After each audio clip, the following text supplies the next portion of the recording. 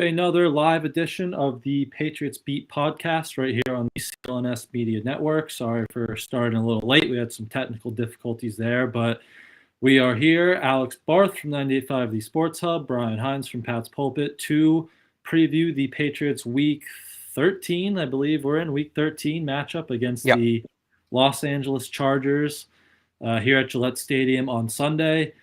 And Alex, it looks like the Patriots will be having a new quarterback under center for this game. It's not official. Bill hasn't announced it. Bailey Zappe wouldn't say today at his locker, but from the brief glimpse we got at practice on Wednesday and then some reports that have trickled out since, it seems like they're finally going to give Bailey Zappe the week here, and he's going to start under center for this one on Sunday. All but official. And look, I'll say this. If they're really giving Bailey Zappe all the reps, he needs to start. Plain and simple. Like, the guy that gets all the reps should start, and they shouldn't be splitting reps. So I'm glad they're going to give Mac needed to sit. He just, there was a report from the Herald that used the term spiraling, that everything was spiraling on him. That's the perfect way to put it. It was spiraling on him. You hoped the bye week would reset that. It didn't, probably because he had to spend the week splitting reps leading up to the game. So he's going to get a chance to sit down now, which he should be sitting, and Bailey Zappe is going to take over. It's an interesting landing spot for Zappe. So last year in his two games, he faced the 28th and then the 20th ranked defenses in football. It's a relatively easy. He's not going up against the 85 Bears, right? Now, he did face the 2022 Bears, who are the 32nd ranked defense in football, and still kind of got his teeth kicked in by him. But he didn't prepare as a starter that week. Neither has he for any of his 4 appearances this year, at least not fully. Last week, he got a little bit more prep, but, so we'll see. Chargers ranked 20. The Chargers are an interesting group. They ranked 24th, but there's a lot of talent on that side of the ball. Brandon Staley is just terrible at his job, and we're going to get to Brandon Staley, I'm sure, in a little bit, but this is an interesting spot for Zappe. I think this is a defense. I don't think that he on his own can go out and carve up this defense. Yeah. But I think if guys can get open and they can get it blocked, there's going to be a ton of plays to be made. Can they do that? So we're going to find out here. This is a really good opportunity to find out if Bailey, if the issues were all Mac Jones, and obviously we're going to do that when Mac Jones was pulled anyway, but like, there are some people saying like, oh, guys don't want to play for Mac Jones. Guys aren't putting in effort with Mac Jones on the field, whatever. All right, here you go. You got a new quarterback. It's a defense that is talented but beatable. Let's see if they can do it. Yeah. No, I agree, and I wouldn't be surprised maybe if the team around him gets a little juice too, right? Like the quarterback change. Like Devin McCourty said it Sunday night on the pregame for his game, he said as a defensive player, like, I would be very upset just to keep running this back over and over and over again with Mac Jones. It's just not working. So the fact that they make this change, probably should have done it last week, but I guess, you wanted to see what Mac looks like coming after the bye, if that's a good mental reset. But yeah, looks like they're finally going to Zappe here, and it's good that it also looks like he's getting all of the snaps and the reps in practice, because you couldn't do, which is big, what you did last week with this mess that extended to the field. It looked like a team that prepared for the week without knowing their quarterback and preparing with 2 quarterbacks. So get him in there, give him the week, and just say like it's Bailey Zappe's show. And now you see what he can do against this Chargers defense that has, as you mentioned, kind of been suspect here at times. And he's had some rough showings lately, but he hasn't gotten a chance to fully prepare. When he's had a chance to fully prepare, it's looked better. So I think that's big. I also think, and looking a little bit ahead here, and I kind of realized this today, they had to do this week, because next week you have the short week, and you can't. It doesn't matter how bad Zappe plays or if Mac started, how bad Mac played. Like, you can't make a quarterback change, and it's a road Thursday night game, so it's a 2-day week. You're practicing Monday, which is a very light walkthrough, and Tuesday.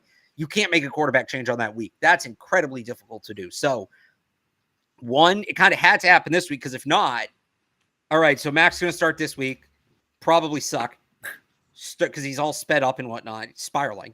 Start next week, and then Bailey Zappe is going to get his first start against Patrick Mahomes and the Chiefs, which is a tough ask for him in its own right. So the other thing is Zappe probably gets 2 starts out of this. Even if he plays poorly, I get it. There will be some people saying, oh, should they go back to Mac Jones? Should they go to Will Grier? Should they go to Malik Cunningham? And those conversations will be valid if Zappe doesn't play well. But I think you got to give him 2 starts with the short week being part of it. Also, I think you got to give him 2 starts. Just 1 start's not enough information. But yeah, I think this is going to end up being a 2-week thing. I think we're going to see Bailey Zappe against the Steelers as well. I'd be very surprised if we don't. Now, I still think there's a chance that we see Malik Cunningham as a package player too. That's another part of all of this, and that could apply for the next 2 weeks. But yeah, I think Zappe is going to get a couple of weeks here, not just this game. Yeah. So that's what I was going to mention briefly too. On top of that, someone said in the chat, why don't they give Malik a chance? What do they have to lose? When we were at practice on Wednesday, it was Bailey Zappe. We just saw a brief positional drills where it's wide receivers running routes on air and a quarterback is throwing to them. But it was all Bailey Zappe, except 1 or 2 throws here and there. Malik Cunningham would come in and throw, which is the first time we've really seen him do that maybe all year and since like training camp in the regular season. And, Mac and Will Grier were back, just watching. So do you think Malik might be the number 2 guy here, elevated on the practice squad, get some packages, and then I think if you're starting Bailey Zappe, you just have to make Mac Jones inactive, right? Like he can't just be sitting on the bench, behind on Bailey Zappe's shoulder. And then if he gets hurt, now you have to put Mac Jones in kind of this weird situation. So I think they should, just tell Mac, sit down, be inactive this week, and see what you have with Malik, maybe, and some of those package type plays. I think it's for the best for everybody if Mac Jones doesn't dress for this game. Even emergency third quarterback, I would just sit him down. They might elevate Grier and Cunningham. I do think they're going to elevate Cunningham. And yeah, I'd have some package plays for him. Again, it's going to make it a little easier on Bailey Zappe. And we just spent how many months, Brian, red in the face saying, why do they refuse to make things easier on their quarterback? And the concept of making it easy on the quarterback kind of became this bad thing, this negative thing. Like, why does he need it made easier on him? Go look at the best teams in the league outside of the Chiefs, who I think have done a really poor job of managing their offense. Show me an elite quarterback whose team isn't doing what's best for him. Seriously. Like, it's just what you do. So I think having that, and I'm not, it would have helped Mac too. They should have done it with Mac. This isn't like get Zappe off the field and play Cunningham because he sucks thing. Having those package plays early in the year when they couldn't run the ball and when they can't block to throw off the pass rush and kind of get in guys' heads, it would have made sense to do that. It's not a new concept because Bailey Zappe's now starting. They seem suddenly open to it with this quarterback change, which great. Should have happened 3 months ago, 4 months ago. But the other thing about Cunningham as to not what they have to lose, Cunningham wasn't practicing as a quarterback. He didn't for about a month and a half there.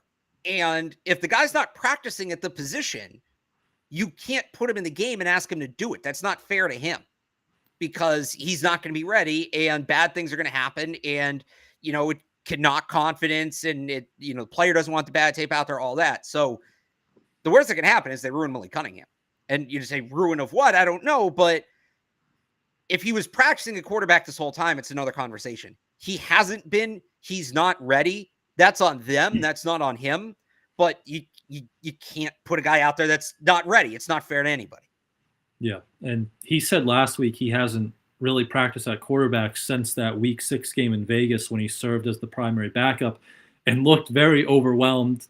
Right. It's his rookie debut, but he looked very overwhelmed in 6 snaps, just 2 or 3 touches. So like his quarterback reps would have had to come this week. And then what does that look like on the field? We'll see maybe if they give him a chance. But I would still like, go with Zappe, but maybe somewhere down the line, if you want to give Malik more time, I'd still like to see that package try to develop on the field there. But you mentioned making it easier for your quarterback, and I think it's pretty simple on Sunday how to do that, and it's run the football, right? Like get Sandra Bullock in the stands there saying run the Dane ball all day, because this Chargers defense, since they hired Brandon Staley, who you love, hasn't been good against the run. They've consistently been like bottom 5 of the league. I think they're low 20s against the run this year against the run, and that's the best part of this Patriots offense. Mondre Stevenson, Zeke Elliott, specifically running behind City So and Mike Onwenu, just run the ball as much as possible, Right. as much as you physically can this week. Just run the Dane football. Yeah, definitely. The running games looks good. They should have done it last week. Last week was probably a better chance than this week, but I absolutely, the run game needs to be first and foremost. Zappe needs to be in the passenger seat for this one, as was the case with Mac last week against the Giants. Like, this is not a me knocking Bailey Zappe to pump up Mac Jones thing. Like, they don't have a good quarterback, whoever it is. This is how you have to operate. You have to run the football. They need to be running the football this week. Absolutely. Yep. And the only tough part, you want to run the ball, but you also have to keep pace with Justin Herbert. So that's what's different. Offense. Right. So, that's what's different between this week and last week. Like last week, we talked about this a little bit. Like, could they go to the Buffalo win game plan? Because the Giants weren't going to go and hit, a 65-yard touchdown to answer right probably back. Probably could have last week. Well, yeah, the way J.C. Jackson played, it was doable. But you didn't expect that, right? Justin Herbert we'll get to Herbert, but like in theory, he can take the top off. So they are going to need some semblance of it. Last week, I think they could have won with that. They did pretty much almost win without a semblance of a passing game. They're going to have to be able to. What did they finish with last week? Like 130 passing yards, I think. Mac had like 80 something. Or no, Mac. Mac had 80 something. Zappe had 50 something. So 130, 140-ish passing yards. They're going to need more than that to beat the Chargers. Unless Ramondre Stevenson turns into like prime Corey Dillon or Zeke Elliott turns into prime Zeke Elliott, they're going to need to throw for more than 130 yards to win this game. Yeah. And you figure with Zappe, most of that will come like through the play action game, right? Because he was really good on that. It should, but he was really good at play action last year. Like he had I think a perfect 158 passer rating, pushing the ball over like 15 yards per attempt on these play action passes. And if you're going to run the ball, like that should work, but it hasn't worked for them this year. Like they've statistically one of the worst play action teams in the league, and now like who's at wide receiver? Because Demario Douglas is in concussion protocol. We know how that works, especially for a guy who's already missed a game with a concussion earlier this year. Doesn't look like he's going to play. Kayshon Boutte was in a no contact jersey yesterday, then he was absent from practice today, so he's up in the air. So you're left with Devontae Parker, Juju Smith-Schuster, Tyquan Thornton, and Jalen Reagor. So it's not the 07 Patriots receiving core, obviously, here. It hasn't been all year, but now you're down Pop, your best guy. So you want to hit these play action passes, but like it's a tough spot for Zappe to kind of be in with that receiving core. And the other thing is, so much of it last week was the screen game and Pop Douglas off the screen. And is Bill O'Brien going to let him throw the ball down the field? I think his A dot last week was it 1? I think it was like 1.4. Yeah, it was very low. He's got to throw the ball down the field a little bit more. Or O'Brien's got to let him. Now, a lot of that was by design. Again, that's not Zappe's fault. A lot of that was by design. They're going to have to throw the ball down the field, not just because they need to be more aggressive, but the plays they were running for Pop Douglas last week, you can't run those to DeAndre Parker. You can't run those to Juju Smith-Schuster. You can maybe run them to Tyquan. Like, he's done a little bit of that, but also he's had a problem with dropping some of those balls. Reagor honestly might be your best option to fill in for Pop this week, especially if Boutte's going to be out, which he didn't practice today due to a shoulder injury and an illness. So we'll see. But yeah, they're going to have to, it's going to need to look more like a traditional drop back, even if it's off play action, but like traditional quarterback in the pocket, making reads down the field. There's going to need to be more of that this week than there was last week with some of these scheme touch, quick hitting kind of plays. Yep. Definitely agree there. I mean, this is like the time where you wish someone like Tyquan Thornton would step up, but it just doesn't look like it's going to happen. Another frustrating game from him last week, just route running, just all of it not looking good. So it'll be tough sledding there in that wide receiver room for Zappe, but we'll see what he could cook up there. So any last thoughts? Offense, quarterback positions, anything else? They got to get it blocked better than they did last week.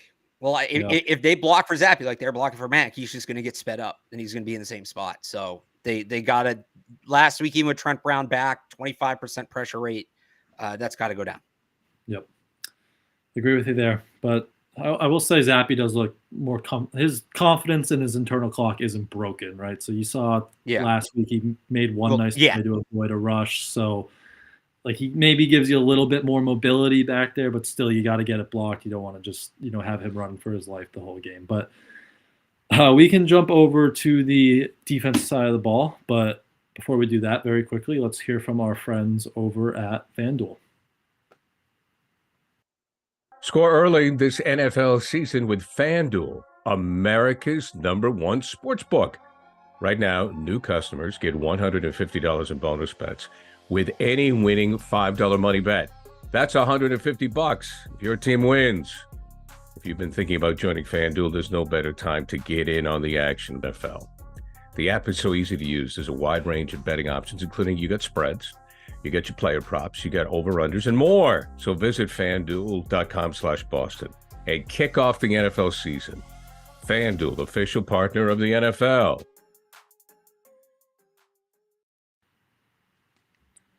All right, so I think we all know your thoughts on Brandon Staley, but I want to hear, if you want to talk about Staley, you can a little bit too, but where are you on the Justin Herbert spectrum? Because I feel like he's been a guy who's really been in the spotlight this year. A lot of people are out on him. A lot of people are in on him. Where are you kind of on that ranking? Man, he's got all the traits you want, really, in an NFL quarterback. He's got the size. He's got the arm. He's got the toughness. He sees field very well, all of it. I just think he's probably not being developed along the path he should be. And again, that goes back to coaching. Don't love his, I just don't love what they've done with him. He has the talent around him. It's looked good. They keep losing close games, and it's not, some of it's obviously on him, but you look at some of the decisions Staley makes, the go for it decisions deep in the own end when they don't need to do that and things like that. That's not on Justin Herbert. So I still believe Justin Herbert is like a star quarterback in the league. I still believe he's a guy you can build a franchise around. I still believe he's a guy you can win because of. They've got to get somebody better running that organization. They just do, because right now, and it's not just Herbert, and I know I'm bringing this back to Staley, but that's kind of the take. I think Herbert's a good player. Obviously, Keenan Allen's a very good player. Mike Williams is a good player. I know Austin Eckler's been a little bit down this year, but he can play. I like their tight ends. Everett, Parham are good players. They've got a solid offensive line. Rashawn Slater. The defense is playmakers at all three levels. I don't think, Brian, you tell me, and I posed this to Evan today on Catch 22, and he didn't have an answer for it. Is there an NFL coach this year that has done less with more than Brandon Staley's done? There are teams with worse records, but the rosters are not what the Chargers roster is. I don't think there's a coach or there's a team that has underperformed compared to roster talent than the Chargers, and that's on coaching. Old Bill Belichick, Nick Saban quote, good players can't overcome bad coaching. That might as well be the story of the Chargers right now. Yeah, I was trying to think of teams, and I really don't have anything. No one was expecting them to win the AFC West, but they should be competing for a playoff spot. They should be right. They should be 4-7. So here's the teams in their class right now. The Jets, which you could argue the Jets have a talented roster, but it's Zach Wilson. And if they were 4-7 with Aaron Rodgers, this would be another story. So I'll still say that Saul is doing a better job than Staley. Would you agree? Yeah. Patriots are 2-9. Again, doing more with less. How much does Bill Belichick really have? You can say Bill Belichick's doing a bad job. We've talked about this, but if you had the Chargers roster, I don't think the Patriots would be 2-9, and we may find out if that's the case in about a year. The Raiders are 5-7. Josh McDaniels got fired, right? So he lost his job. Bengals are 5-6. Joe Burrow's been hurt. You have the 4-7 Titans. I would say that the Chargers have a better roster than the Titans do. Yeah, I'd agree. So that's the AFC. And then just real quick, the Giants, third string quarterback, Commanders, worst roster. The Rams at 5-6 to me is actually kind of impressive when you consider who they've had to play this year. Cardinals just suck. That's not coaching. Bears suck. That's not coaching. Panthers not coaching. Bucks, Falcons, Saints. I don't think any of those are coaching personally. So, I don't know if you feel different. But to me, no coach has done less with more than Brandon Staley. He is the betting favorite right now to be the next coach fired. He was the betting favorite to be the next coach fired after Josh McDaniels. And then obviously the Panthers made their move this week. But he's a problem. He's the worst coach in the league. He needs to go. It'll be interesting to see if the Patriots are the ones that finally do him in. I don't think the Patriots need to win this game, by the way, for that to happen. And we saw in Washington, right? Washington, the Commanders won, and they still axed Jack Del Rio. So we'll see. But I would very much enjoy the Patriots being the ones to put Brandon Staley out of his misery.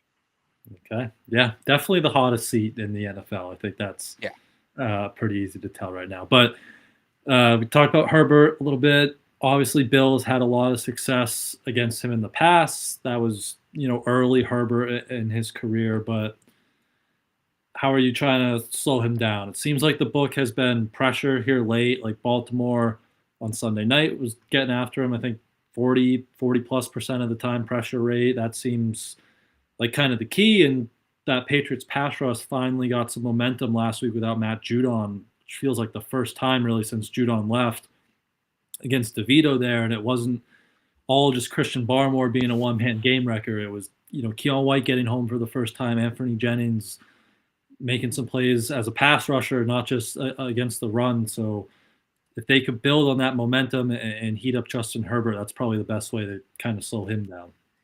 Yeah, pressure, and then they played a lot of zone the last 2 times they played him, and a lot of not just playing a lot of zone, but they played a lot of zones. They mixed up the coverages, mixed up the looks, pre-snap, post-snap.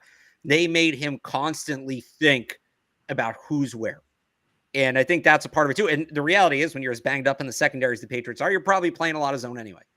So I think zone in pressure, look for the zone blitzes. I think this can be a huge game for Jabril Peppers because he's a guy you can stick right in the middle there, and he can be doing anything. He can be rushing the passer. He can be in a spy. He can be in a true zone. He can be in man on Eckler, one of the favorite targets. I would make Justin Herbert have nightmares about Jabril Peppers in this game. But yeah, I think zone, pressure, blitzing, and just make him think.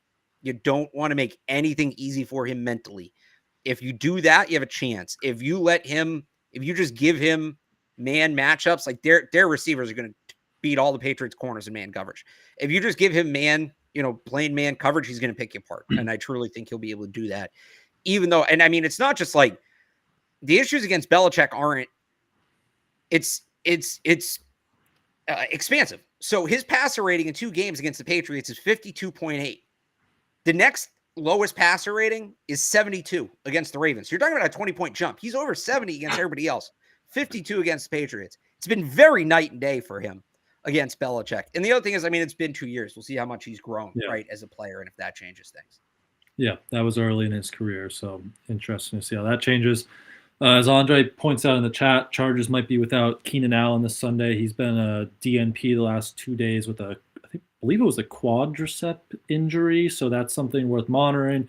He's obviously been their best receiver by like a wide margin. I think he's doubled up their next best guy there, but that's the concern with the Chargers. You mentioned Justin Herbert's going to hit these deep passes, and the Patriots have blown a lot of coverages the last few weeks. You might not see it in the stats or in the scoreboard because it's against guys like Tommy DeVito, but Justin Herbert's the guy that's going to take advantage of those coverage busts. And you talk about J.C. Jackson, his revenge game, might not even get a chance to get some revenge because I don't know how much he's going to play because he was bad last week against Jalen Hyatt. There was a lot of other coverage busts. That one will be interesting to see how that cornerback room kind of shakes out. But yeah, like that's where this game could get out of hand is if they're still busting coverages in that back end. Even if Keenan Allen's not in the game, like Justin Herbert and those receivers are still good enough to capitalize on those and kind of run up the scoreboard maybe pretty quickly. And then you have the ball in Bailey Zappe's hands trying to, throw the ball all around the yard, and that's probably not going to go well for the Patriots. So they got to sharpen up on that back end and, try to contain Herbert there as much as possible. Yeah. Yeah, I'd agree with that. Yeah.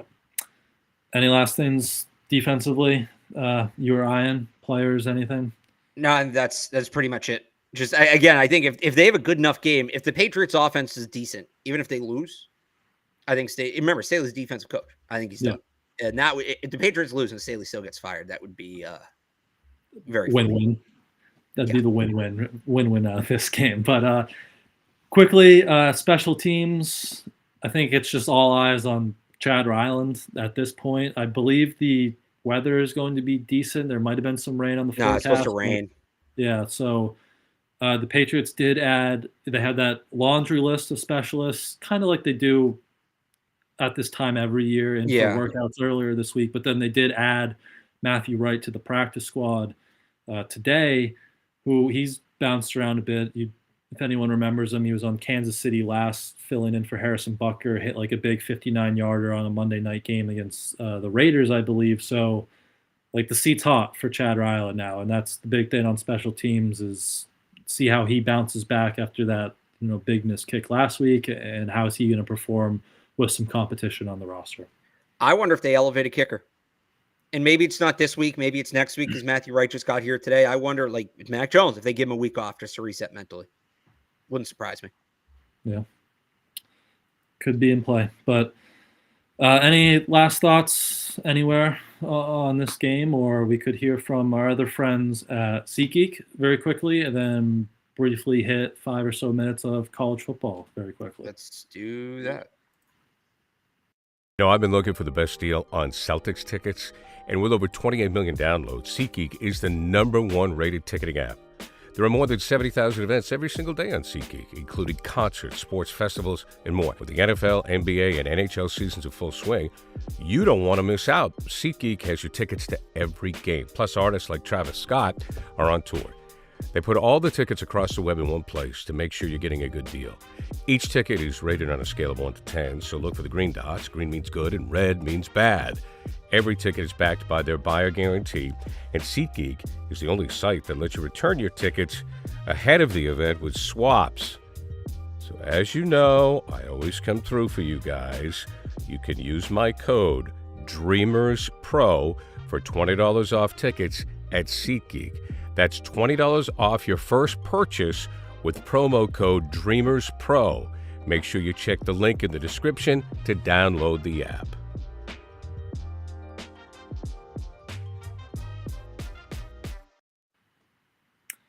All right, so we'll wrap up quickly. College football championship weekend, some big games, obviously some big prospects to watch at quarterback position, other way. Oregon, Washington, Georgia, Alabama, I think are the big ones. But Alex, quickly, any thoughts on any of the games, prospects for this weekend? Yeah, so I'll have a full preview up tomorrow, 985thesportshub.com. Actually, we're pre-releasing some of the video content that will go along with it right now on the 985 Sports Hub Instagram page. Penix Nix, obviously a big game. I think with Bo Nix, the question is, last time against Oregon, a dot of just 6 yards. I talked about this last night with Taylor, too. You can check out the show I did with Taylor Kyles on the CLNS YouTube channel, Patriots Press Pass YouTube channel. Will Washington force Bo Nix to throw to the middle of the field in the intermediate and deep parts, and can he do it? I think with Michael Penix, it's, can he get himself a college football playoff shot to maybe show scouts what he can do against Georgia, pump his stock up a little bit. The other big one, like the top group guys this week, is J.J. McCarthy. I'm sure Michigan will hide him again, so I'm not sure how much of him we'll see, but some big plays against Iowa would be good to have for his tape. By the way, Iowa, I want Iowa to win so bad. That would be so probably fun. Won't have to score much against Iowa to win that one. So no, I was putting up 50, Brian. It's happening. It's happening. I mean, I'm for it, but let's see it. I don't know. But no, Iowa winning that game would be tremendous. Other guys to watch, Quinn Ewers, some rumors he might go back to school. I don't think he can play well enough against Oklahoma State just because of quality opponent to convince teams he's a first-round pick. But if he beats Oklahoma State, gets in the playoff, beats Georgia or beats Michigan, okay, now maybe this guy is a first-round pick again. Maybe he's more inclined to come out. And a couple of like late day 2, early day 3 guys that there really is no middle class, mid day 2 guys in this draft. We're talking about guys like May, Williams, Penix, Daniels, Nix. I think May, Williams, Penix, Daniels, Nix, McCarthy. Like those guys are all, maybe not all first round, but like top 40 prospects. And then you're way down on day 3 with the rest of them. A lot of the guys that are supposed to go in that middle range are going back to school. Michael Pratt won't be from Tulane. He's a fringe top 100 pick. I don't know how much his stock is going up because of his age, but he can kind of solidify things. The really interesting one is Carson Beck from Georgia. I like me some Carson Beck. I do too, and I wasn't expecting to, but he's gone above and beyond this year. He's been excellent. I don't think he's ever going to be a first-round pick because he just doesn't have the mobility to be that guy. But if he has a good game against Alabama and then has a good game in the playoff, Can he be, and people will roll their eyes at this, but you got to remember where these guys were as prospects, not who they became in the NFL. Can he be the Davis Mills or the Kyle Trask of this draft class, right? Or the Malik Willis, like that guy that he's not going to be a day one pick or even a top 50 pick. But if you have to go quarterback outside the top 50, that's the guy, right? That's the guy you're feeling comfortable with. I think Carson Beck has a chance to do that. He's got to have a big game against Alabama. And then the other thing, I know we got to wrap it up. The wide receiver 2 battle behind Marvin Harrison Jr. Malik Neighbors won't play this weekend, so he's got to kind of watch. But big spots for Keon Coleman and Rome Odunze. Washington State, Florida State, Washington. Can one of those guys separate themselves from that wide receiver 2 pack and establish themselves as that guy behind MHJ? And everybody knows I love Odunze. He's been the guy for me, but I think with Jordan Travis out for why do I keep doing it? Keon Coleman and Johnny Wilson and Jaheim Bell, who's a tight end there, and Trey Benson, the running back at Florida State, they got to show the committee that they can still be competitive with their backup quarterback. So you're looking for a really big game from all those skill position players who are all projected top 100 picks from Florida State. Yep. So Penix Odunze taking on Bo Nix in Oregon. That's tomorrow, 8 o'clock. Beck versus Bama, Saturday at 4 o'clock, and tons of other games, those conference championship games on Saturday as well. But that will do it for us. Alex and I will be back to probably talk about those conference championship games and, of course, talk about the Patriots-Chargers game on Monday. So make sure you subscribe to the YouTube channel and turn your notifications on so you do know when we go live. But until then, you can follow Alex on Twitter at RealAlexBarth. Head over to 985thesportshub.com to check out his work. As he's mentioned, tons of college football content coming there tomorrow. And you can follow me on Twitter at @IamBrianHines and go read my coverage over at patspulpit.com. Thank you all, as always, for tuning in. Have a wonderful weekend, and we will see you guys next week.